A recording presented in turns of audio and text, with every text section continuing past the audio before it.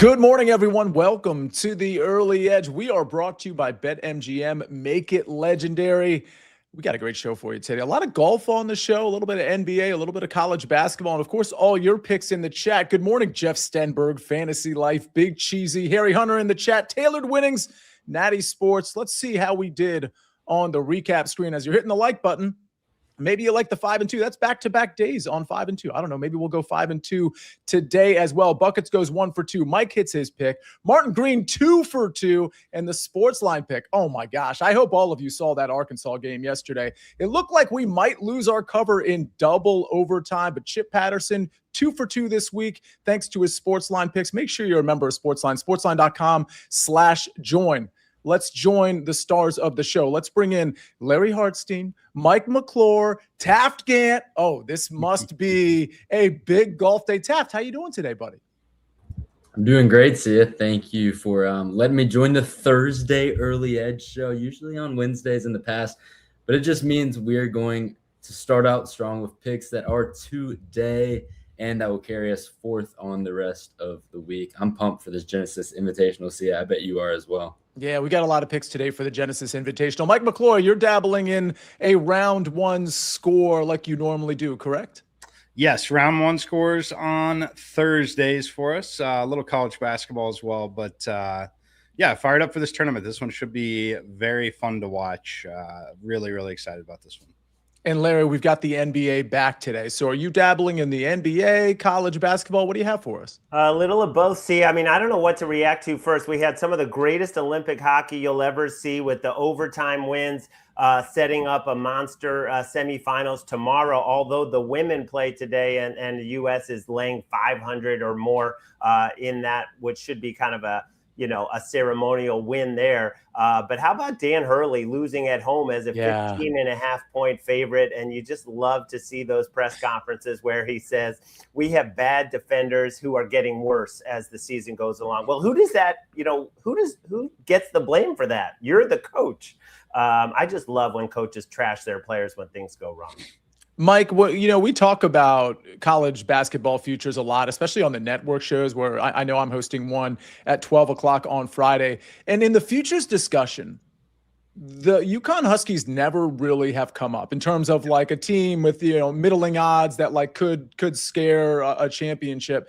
Mike, it didn't sound like UConn was ever on your radar. Any reaction to their loss yesterday?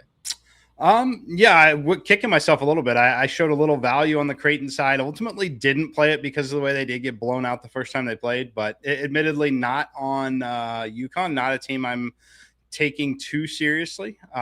In that range, the team that I really wanted to back was Kansas. I think that UConn is clearly a large step behind teams like Michigan, Arizona, Duke, Houston, and I don't think they have much of a shot to win the tournament.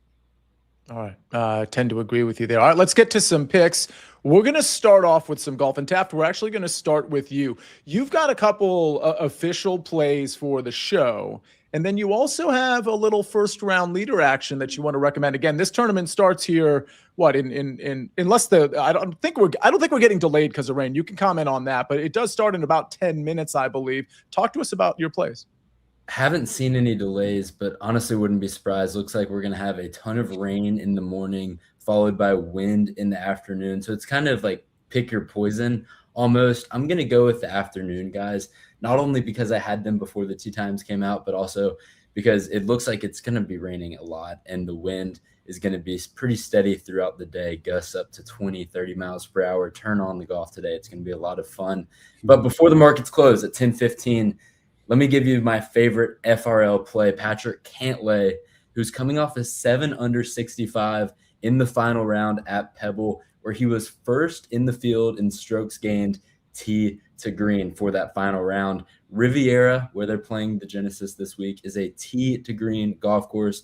And what I mean by that is that it tests all parts of your game. It's not short like Pebble. It's not a birdie fest like some of the other courses we've seen so far this year. You need to have driver accuracy, you need to have good approach game, and you need to have a good short game. Patrick Cantlay has all three, and he has especially had all three at the Genesis Invitational, where he's placed inside the top 5 the last 3 years at this tournament. So I'm taking him FRL 31-1. And let me go ahead and give you my next play, which is Tommy Fleetwood, top 5. I also like him first round leader. That's why I wanted to mention him. The only reason I didn't make him an official FRL play is because he's teeing off earlier in the day. But this is a bet that you have to get in the next 10 minutes or so. Tommy Fleetwood, top 5 at plus 410. Just great juice for a guy who's had 19 straight PGA Tour rounds in the 60s. I don't think enough people realize that. 19 straight rounds in the 60s. That's the longest active streak right now on tour. He came back for his first week of the season last week at Pebble, where he placed in 4th. That was 4 straight top 4 finishes on the PGA Tour for Tommy Fleetwood, who, of course, had that epic Tour Championship win. We're going to take him to do top 5 once again this week. All right. And was there also a matchup you had? Did you already do the Ludwig matchup? No, but I'm going to get into it right now. I also want to hear your matchup, Sia, because you're my favorite person to tail your matchup plays. And in the chat, if there are any round 1 questions, especially matchup questions, let me know, because DraftKings has a lot of really fun plays for today's action. And Taft, before you do your matchup, Larry, I know you have something. And Mike, we're going to switch it up a little bit, and then we're going to go back to your Ludwig play, because Larry, you go first, and then I got something for you, Mike. I have an ignorant question about this one and done contest that I'm in with you all. I'm trying to stay up. I don't want to be the guy that doesn't fill out the picks and loses that way. Am I making 2 picks this week or 1? Because it's just 1, but what Splash Sports does is it makes you make a second pick. I think it's in cases of like your first player withdrawing. If you just make the 1, I think you're okay. Okay. But I think they're incentivizing you to make 2 just in case. Okay. What do you think of Straka? I wouldn't pick him here personally. Mike, you got any comments there? So the only thing I would talk about with Straka, which I'm going to get into when we talk about the wind and the weather and everything else, Straka, there's like 4 guys that just absolutely thrive in conditions like this. Number 1, Scotty Scheffler. He's just the best player on the planet by a mile. Rory McIlroy, Sepp Straka, and Hideki Matsuyama. And then close behind that is Tommy Fleetwood. But Sepp Straka, when we look at moderate to extreme wind conditions, we can track strokes gained in those conditions. Elite. Sepp Straka has been absolutely elite there. You will be absolutely alone playing him in that one and done, particularly a heavy one or a one and done that's like heavily influenced by the show and has already got their picks in. But yes, Sepp Straka, not necessarily the top choice or a top 5 choice, but one that would certainly put you on track to winning the entire thing if he had a top 10 finish here. Exactly what I intended. Yeah. Yeah, I just don't think Straka has. I mean, he's such a good ball striker. I don't think he has the length, but then again, I think the length might be overstated just a little bit. We'll have to see. Here's what I want to do, Mike, because Taft just talked about Tommy Fleetwood and the top 5 market and things of that nature, which, by the way, in the middle of this tournament, because the tournament starts soon, but those markets, a lot of these markets will still be available. And Tommy also doesn't go off until around noon, Mike, which implicates your pick. So can you talk to me? And don't worry, we're going to get to basketball and some other stuff soon in a second, but there is a bit of time sensitivity to this. So, Mike, talk to me about Tommy Fleetwood and his round 1 score. Yeah, bringing you a round 1 under, which again may not feel comfortable knowing that you're going to see the conditions that you're going to see. I think it's mostly priced in. The number on Fleetwood, though, relative to some of his other competitors, is where the value for me is coming from. Plus 110 on the 2 under round. Other golfers in his skill set and in his range in terms of simulated leaderboard, things like that, are going off around even money. Some of them even minus 105 on an under 69.5. I personally have this all the way up to minus 110 on the 69.5. So I think it's a pretty sizable edge playing the 69.5 at the plus 110 price point. Taft mentioned some of the reasons that we love Tommy Fleetwood in general, and I certainly would definitely agree with that. But I also really like Tommy Fleetwood in difficult conditions. And I think we're going to see that early in round 1. He's someone, because of his background and playing golf literally all over the world, I think that he thrives in conditions like this. I mentioned guys like Rory playing extremely well in the wind. He was the number 1 rated wind player. And, some of that's just simply due to Rory's overall strength, right? But this to me is also a correlated play on the playing partners. So Tommy Fleetwood gets his pairing with a great player overall and a great wind player in Rory McIlroy. and Colin Morikawa. Morikawa had been kind of the same thing. Taft mentioned tee to green. Morikawa's been great tee to green. It's just been the putter that has really let him down. So I personally think the playing partners help a lot here. I think that Fleetwood will be competitive in round one. I think he ultimately shoots 3 under, which would be a pretty good round today. I will admit that, but under 69.5 plus 110. I make it minus 110. Other competitors in his range are already near even money. So grab the plus 110 here. All right. So Tommy, just so you know, Tommy, Colin, and Rory go out at 12:08 Eastern time. So if you're looking at the round matchup or really anything Tommy, Fleetwood, Rory related, that's when time is up. I think they go out at 12:08. And for the record, if you watch the early wedge, you know I had 3 first-round leaders. One of them was Rory McIlroy. So Rory in that group with Tommy and Colin, hopefully they draft upon each other and have a really good round. All right, let's switch gears here a little bit. We'll get back to golf later on in the show. We're going to answer some of your questions as well. Larry, you've got a college basketball pick, and you've got an NBA prop. Talk to us. Yeah, starting in the America East, UMBC hosting Vermont. This is a payback game. They lost by 9 on the road. These are 2 of the better teams in the conference, actually the 2 best teams at shooting the 3. And when you look at that first game, the Retrievers went 6 of 26 from deep. That is uncharacteristic. They're a very good outside shooting team, 35%. They're also really good at getting to the free throw line and not fouling and putting their opponents on the free throw line. So that game was a 2-point game with about 1:30 to go.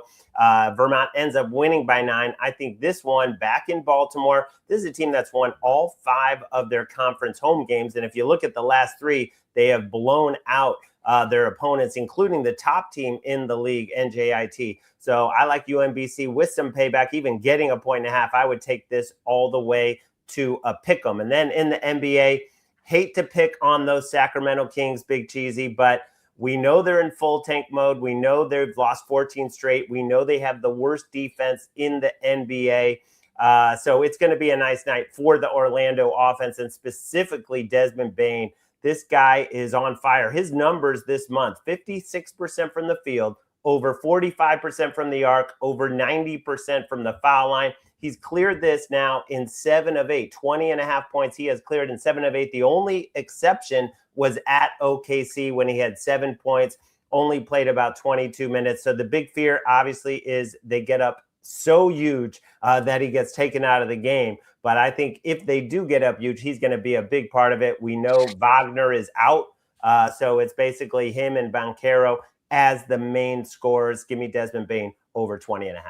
Larry, there was also some comments and some picks in the chat. I see Rick Funkin and Steve Folkerts. They like the Knicks in money line parlays. And I could have sworn I saw a comment from you saying, hey, the Knicks win tonight.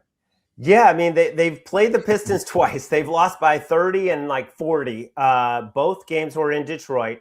The first one was shortly after the NBA Cup when the Knicks were terrible and they kind of something happened to them in that 10-game stretch after they won the NBA Cup. They weren't playing any defense and they went on a bad skid.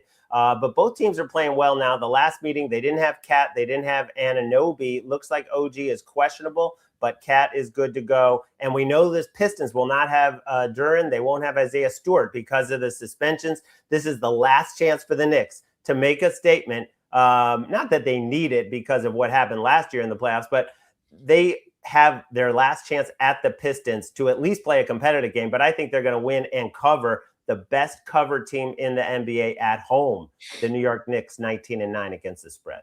All right. Big Cheesy in the chat says Grayson Allen over 16.5 points and assists minus 122. Let's get to our sports line pick. That is also NBA related. It's the Boston Celtics -5. This one courtesy of Bruce Marshall. A lot of other NBA picks and sides and everything on the SportsLine site. Again, sportsline.com/join if you're not already a member. Larry, go ahead. Yeah, Steph Curry, they thought was that he was going to be back, but he will not be back. They could get Porzingis back, but this is a very depleted Warriors team against the Celtics team that just continues to play great basketball. So, yeah, I like this. This was 3.5, but now it's up to 5. Or even 5.5 now, yeah. Wow. Okay. That line's certainly moving for good reason. All right. We got to get to more picks, a little bit more golf, a little bit more questions to answer. We'll do that right after this message from our partners. When you need your sports news all the time, we've got breaking news to bring to you. CBS Sports HQ gives you a snapshot of all the sports that matter to you. When you need your sports in a snap, find it on CBS Sports HQ, streaming free anywhere you are. We're back on the Early Edge, brought to you by BetMGM. Make it legendary. Taft Gantt, I cut you off. You had one more matchup to give out, and it pertains to Ludwig Aubert, which is interesting because, you know, if you look in DFS, and Mike, you can have commentary on this as well later on in the show, but you look at DFS and you just look at the betting market, Ludwig has kind of gone away because the form just really hasn't been there. So nobody talking about Ludwig, but we know his talent is certainly there. Talk to me. Yeah, we mentioned Sepp Straka not having a lot of action in the splash one and done. I don't think Ludwig does as well, which is interesting because he's the defending champ at Genesis. Important to note, though, that wasn't at this golf course. It was actually played at Torrey Pines, also in California due to the wildfires. However, Ludwig in his one time playing at Riviera finished T19. I'm taking him in the matchup over Ben Griffin, who has also only played at Riv one time. He finished T37 2 years ago. I think it's important to take Ludwig because everyone forgot about him after last week when he shot an opening round 75. But after that, he bounced back. He worked his way up the leaderboard, gaining 6.8 strokes against the field in the final 3 rounds. If you take out the first round and you had a leaderboard from just Friday to Sunday, Ludwig finishes 5th in that category. I think a lot of people are overlooking him because of his poor start last week. And like Mike mentioned, like I was talking about with Patrick Cantlay, tee to green, you need somebody who can hit all the shots. Ludwig is one of those guys. To me, I think he shoots lower than Ben Griffin does today. All right. And Mike, I actually do want to get your commentary on some of these names like Ludwig, but let me give out my matchup first. So everybody knows I have the 3-ball that I gave out yesterday, which the chat helped me out with. It's really the early wedge chat that helped me out with. It was Wyndham Clark plus 125 over Marco Penge and Brian Campbell. That one goes off late today. This assumes they all get the round in and there's no weather delays, but that one goes off later today. The other one I'm giving out, so that one's plus 125. All well and good. This one's a lot more juicy than that, but I just really like the matchup, and I think Ryan Fox is going to beat Aldrich Potgieter. Aldrich Potgieter is a guy, just like Ryan Fox, pretty good off the tee, can absolutely mash it, and Aldrich is a little bit longer than Ryan Fox. With that said, Aldrich's not really good at anything else compared to Ryan Fox. And Fox, if you look at what he's been doing in 2026 and the back end of 2025, his game's really come around. We kind of think of him as a off the tee guy, and that's really it. Can get hot with the short game here and there, but everything else is really coming together for Ryan Fox. I think he's the type of guy you want to look for in a round matchup, or really in a tournament matchup too, but in a round matchup where we're seeing consistency across all of the strokes gain metrics, and we're seeing really there's nothing that Ryan Fox does that Aldrich is better than Ryan Fox. And frankly, again, the off the tee, the distance, it's a little bit better for Aldrich, but that's about it. I think Ryan Fox is really under the radar. I think he's one of those guys in the 6K range for DraftKings. And of course, DraftKings is already locked as of 5 minutes ago, but he would have been one of those cheap guys. I mentioned him in the SportsLine Discord yesterday when people were asking about 6K guys in particular. He's one of those guys that I think has more upside than a lot of the other 6K guys. And I think his floor is a little bit higher than people think, especially for a guy that's at 6,400. So give me, it's juicy, Ryan Fox today in a round 3-ball matchup. Again, it's not a 3-ball, it's a 3-ball matchup. Ryan Fox minus 140 over Aldrich Potgieter. Mike, talk to me about Ludwig Aubert. What were your thoughts? Because again, he was a guy coming into this tournament. He certainly had the name value last year, but nobody's paying attention to him now. Yeah, nobody really paying attention. I think that he's still right there in terms of one of the best golfers on tour in terms of the skill set. I know that the recent results and the start to the season certainly hasn't been where he'd want to be. But I like him. I no real exposure to him, but well, let me say that. I say that. Let me actually check and see if I did ultimately play him or not. But I don't. I did get one Ludwig lineup in there. So yeah, I have a little bit of Ludwig here. I have nothing against him. I want to be early rather than late still. You guys know I played him a lot last year. Yeah, nothing but good things to say. And one positive indicator when I look at my DFS contest, the $20 to $25 buy-in versus the $250 buy-in. He is more popular in the $250 buy-in. He is more popular where there is more money.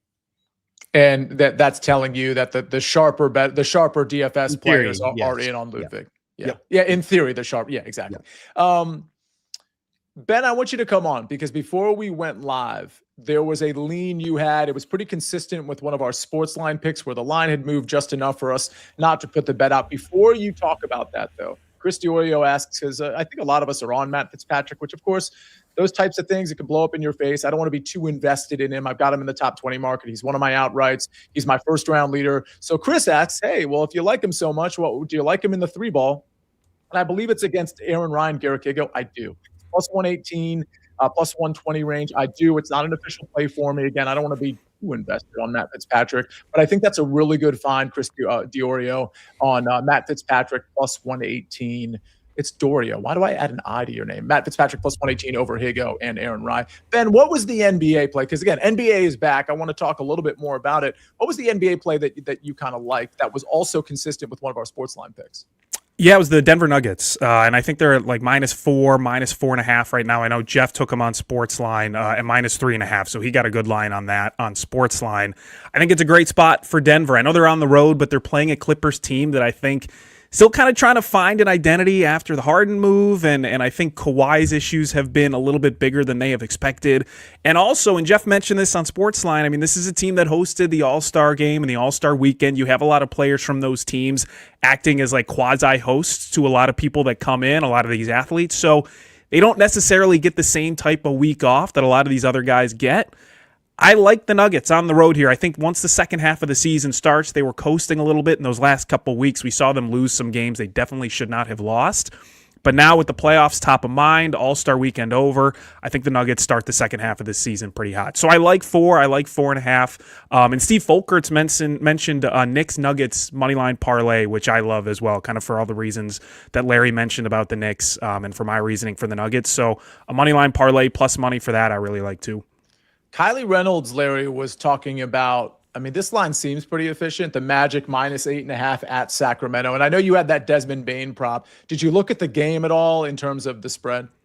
I mean, it would just be Magic or pass for me. I'm not going to, get in the way of this 14-game losing streak. But the Magic have not been all that impressive, especially offensively. This should be a game where they get it going. But I'm staying away. Ben, any thoughts on that 8.5? I don't trust the Magic. I really don't. I agree with Larry. They're not a team that I trust even with injuries, but even with against a bad team. I went through a stretch a couple months ago where I just kept betting on them for some reason for like a week straight, and they just did not come through. So they are on my no bet list. Trying to channel EC there. So no bets for the Magic, but I do kind of like the Sixers, and we were talking a little bit about it in the chat. Embiid's probably going to be out, but I still like them as a short favorite. I don't trust the Hawks. I think the Sixers, unfortunately, because Embiid has so much of an injury history, they are used to playing without him. So that line movement has moved in favor of Atlanta, but you're still getting the Sixers, I think, at a good price for a team that knows how to play without Embiid. So I like the Sixers at home after the break. They kind of limped. They were another team that limped into the All-Star break. So I like the Sixers here too. Mike, any commentary on any of these NBA games? And also, some people were asking, and you might not have run your numbers yet on college basketball. Any leans today? Yes, I've run college. I have not run anything for NBA yet. Let me pull up college real quick and see. Let's see. A lot of smaller schools playing today, so I don't know if anybody has specific games necessarily that they want. But otherwise, if I had to say, you said give me a play that I like. I would say my favorite here would probably be UC Davis and Fullerton under 156.5. I mean, you never know what direction Mike and his model are going to go. I absolutely love to hear that. Taft, were there any, and if you have, I got a couple more minutes. If you have any college basketball questions, let us know. Big Cheesy says SIU Edwardsville is playing. So I don't know, maybe Mike, you want to look at that game. Taft, were there any golf questions that we needed to clean up? There's a lot of names in the chat right now that I really like. Maverick McNeely, Sia, that's our guy. Jordan Spieth, I'd be interested to hear what you or Mike have to say about him, because I said in the chat, I'm a little bullish on Jordan Spieth this week. I think he's so close to figuring it out, and I actually took him as a first-round leader at 50-1. I'm out on Spieth for this course in particular. I do like Mav McNeely. So I'm kind of in on Mav and I'm kind of out on Jordan Spieth. Mike, any thoughts on those two? Yeah. I'm a little under on Mav, only again, my frame of reference also more DFS than the betting market. Mav really, really popular over there and for good reason. Spieth, I like Spieth, but I'll be waiting for Augusta. I would like to see a good result here. And I tend to agree with the sentiment that he's very, very close. However, I'm just going to say it. Rory McIlroy is going to win this tournament by 2 strokes. Yeah. So that's where I'm at too. Rory and Matt Fitzpatrick. Rory beats Matt Fitzpatrick in a playoff. That's how this is going down. Mike, talk to me about it. Did you look up SIU? So apparently SIU Edwardsville is like a cash cow, and I think I just missed that. Mike, thoughts on them? Yeah, Larry actually has an honorary degree from them from probably 5-6 years ago when he would basically bet them every time he came on the show. As far as SIU Edwardsville, let's see. You know what? I haven't dived into them much this year at all, but that was a time where information was very readily available about that team, and they had a really good beat reporter, and so you really could kind of feel the pulse of the team that way. But when those sources dry up, it's all just ESPN Plus, and how many games are you going to watch? Yeah. Yes, I have both. I like SIU minus the 1.5, and I lean over 134.5 in the game. So it looks like an isolate the team total would be where I would be. SIU's team total over. Is that what you're saying? Yep. Well, here we are. Jen says Sam Houston State is this year's covering machine. You guys are informing me at this point. All right, I guess so. We got to get to the Alabama game was crazy last night. It really was a crazy game. Says Gipper's picks. Let's get to the recap screen and we'll get everybody out of here. A lot of golf picks today, some NBA, a little bit of college basketball as well.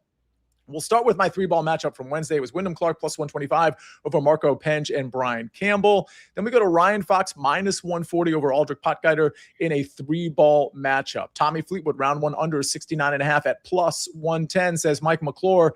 And then we've got UMBC plus 1.5 minus 115 and Desmond Bain over 20.5 points minus 110. Those courtesy of the Maestro. Tommy Fleetwood top 5 plus 410 and Ludwig Aubert minus 104 over Ben Griffin. Now, just to clarify, Taft, that is a tournament matchup as opposed to a round one matchup, correct?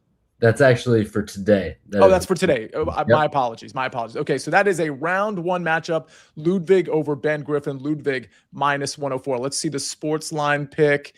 Boston Celtics minus 5, minus 114. That one courtesy of Bruce Marshall. Ben came onto the show. Larry was talking about leans in the NBA that they liked as well. So use that information to hopefully cash a few tickets. Steve Folkert says USA. What else did I have to say? Oh, it wasn't my dog. It was somebody was asking, hey, Sia, is that your dog? No, it was Chief. Mike, that was Chief, right? That was Chief. Yes, Chief was fired up. I don't know. It might have been the Larry talking about the retrievers earlier. Yeah, Airbud. Speaking of that, does Taft even know what Airbud is? I don't think so. I'm pretty sure that movie came out before he was born. I know what all the Bud movies are. They had one with him on ice, right? He was like on the team or something. I thought Airbud immediately when he was talking retrievers plus 1.5 today. That's fair. I'm from the Spy Kids generation. Okay. Never heard of it. So I can't help you. My dog doesn't sound like that. It's a Schnauzer Poodle mix. It's like kind of one. It's not a super small dog, but it's certainly smaller than Chief. Pretty small. So it doesn't bark like that. Actually, it doesn't really bark that much. Period. Taft, have you ever heard of MySpace? Nope. That's a new one for me. That's amazing. Here we are. What a great way to end the show. All right, Taft ladies and gentlemen. Been in your top 5 friends. Bon Jovi. What about Bon Jovi? Bon Jovi familiar. Oh, okay. I know he has some game. Not sure what it is. Name a Bon Jovi song. Can you? Probably not, right? Living on the Edge. Or Living on a Prayer. Oh, you're so close. There you go. Living on a Prayer. Wow. That was amazing. All right. Well, we'll do some more of this tomorrow. MySpace was the best, says Big Cheesy. Hey, maybe it was. Ladies and gentlemen, we're going to get out of here. Thank you, Mike. Thank you, Larry. Thank you, Ben. Thank you, Taft. Thank you, Chief. Everybody, this was an absolutely great show. Appreciate everybody being in here. I see you, Taylor DeHart, Aaron Bailey in here, sports fan Liddy in here. Everybody, thanks for showing up every day. Thanks for listening to the audio version of this podcast. I know everybody can't watch this thing live. Go ahead and rate and review the podcast if you can. Either way, it's been a great day. Let's continue to make it a great day. We'll see you tomorrow at 10 o'clock for BPE Friday. Until then, we rest our case.